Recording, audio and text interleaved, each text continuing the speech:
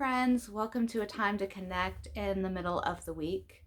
I heard from a lot of you last week that the reflections I shared around grief were hitting home for you. They were resonating with some of the experiences that you are having. And so I wanted to take time today to follow up and share more.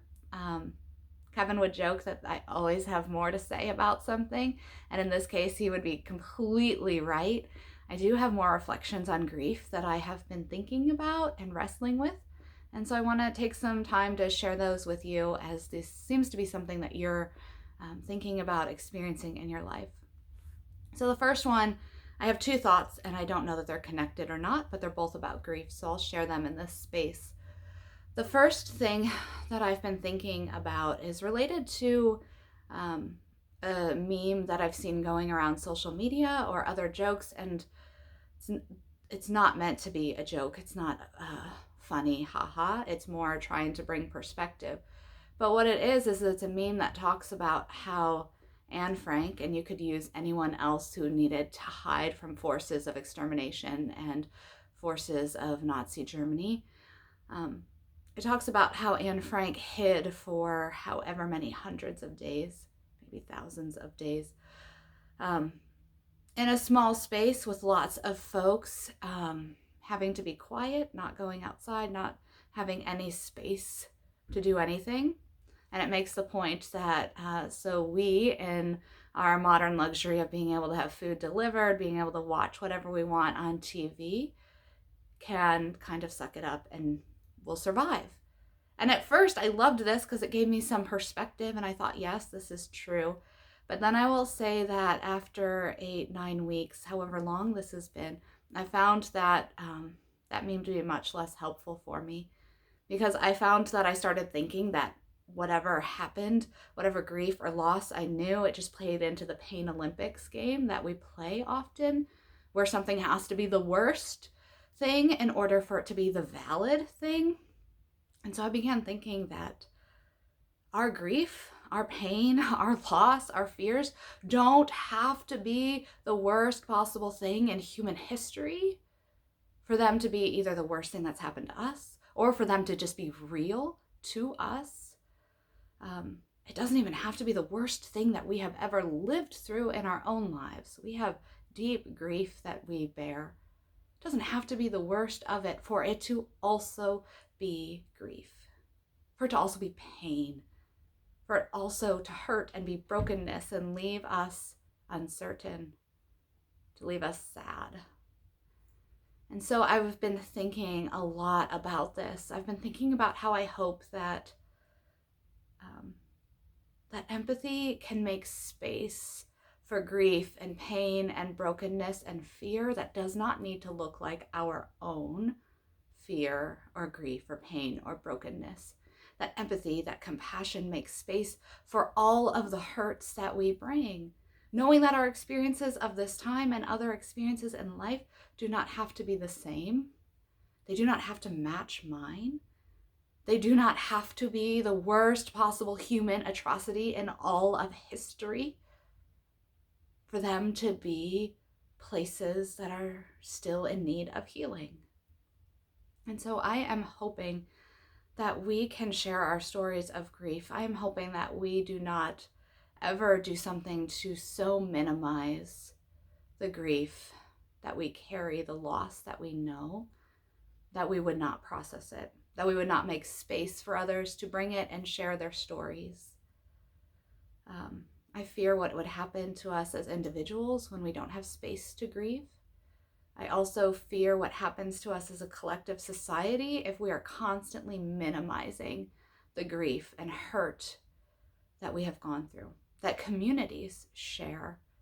And so in this time, I am hoping that we can hear, that you can hear if you have not heard it, or if you have been thinking, well, it's not as bad as so-and-so. Sometimes I get in that thinking of the things I have are hard, and they're not as hard as those who have lost work, who are food insecure, who are not sure where their next meal is coming from, who's not sure when they'll see someone again, if they'll see someone again. I start thinking about how it's not as bad as, And yet I hope that we can hear that the grief, the pain that we feel, the losses that we are knowing don't need to be comparative. That we can still care about those that are great and grave injustices, and I hope that we always will. But that we don't have to be able to say, well, it's the worst possible thing that's ever happened in all of humanity. And so now I can bring it. Now I can lament. Now I can grieve. Now I can have healing. And I was thinking about the stories of Jesus and thinking Jesus doesn't only heal Lazarus who dies. Jesus doesn't only heal the little girl who gets sick and dies. Jesus heals throughout his ministry. Those who are excluded and isolated and lonely, he brings them back in. Those who are bent over, whose bodies are full of pain and hurt, he heals them. For those who are hungry, sometimes even only for a day, he feeds them.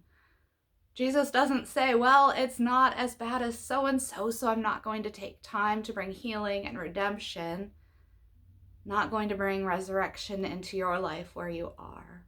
Jesus is constantly doing that.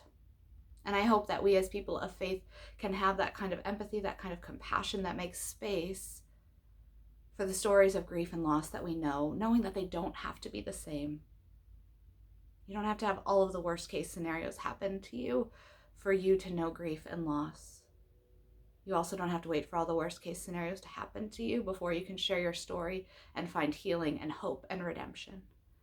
And so for any of you who are unwilling or not sure if you can share those places because they feel smaller than someone else's, I hope that you know that you can share those, that you're invited to have your own story and know that Christ is at work in it, in your story too. So that's my first thought around grief, is that we don't need to play pain Olympics with them.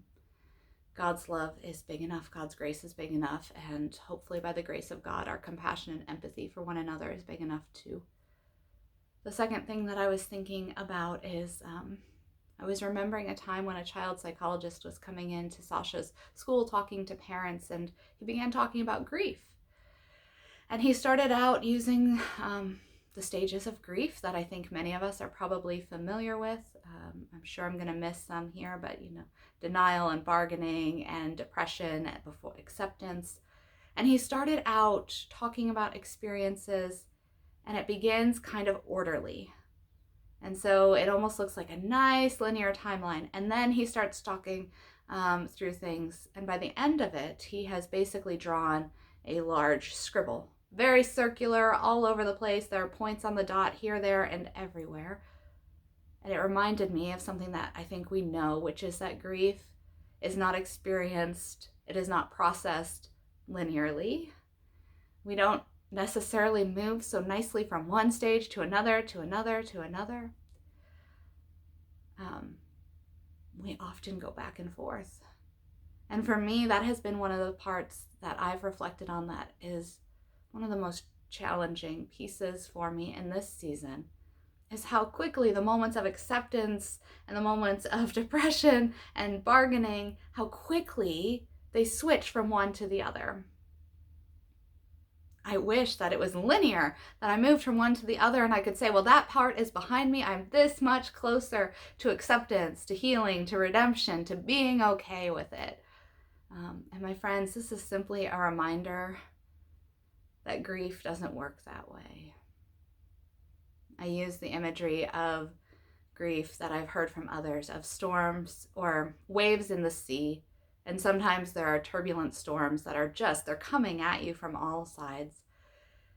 And my friends, it is that is so exhausting. I feel like if it was just moving out of the storm to less of the storm, to less of the storm, to a clear day, that then it would be easy.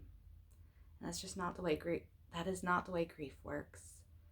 So another space of affirmation that I want you to hear, that if you are getting dizzy from how quickly you're going from one to the other, if you are wondering if your grief is wrong in how it's being experienced, I don't think there's a wrong in it so long as you're not causing harm to self and others.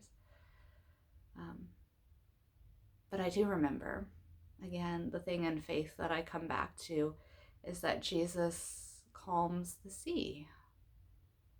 Jesus more than once calms the sea. And so my prayer is that for you, in seasons that it feels turbulent or uncertain, in moments when there is acceptance, I pray that the grace and love of God would help to calm the sea of our own grief again. Know that we are not in this alone.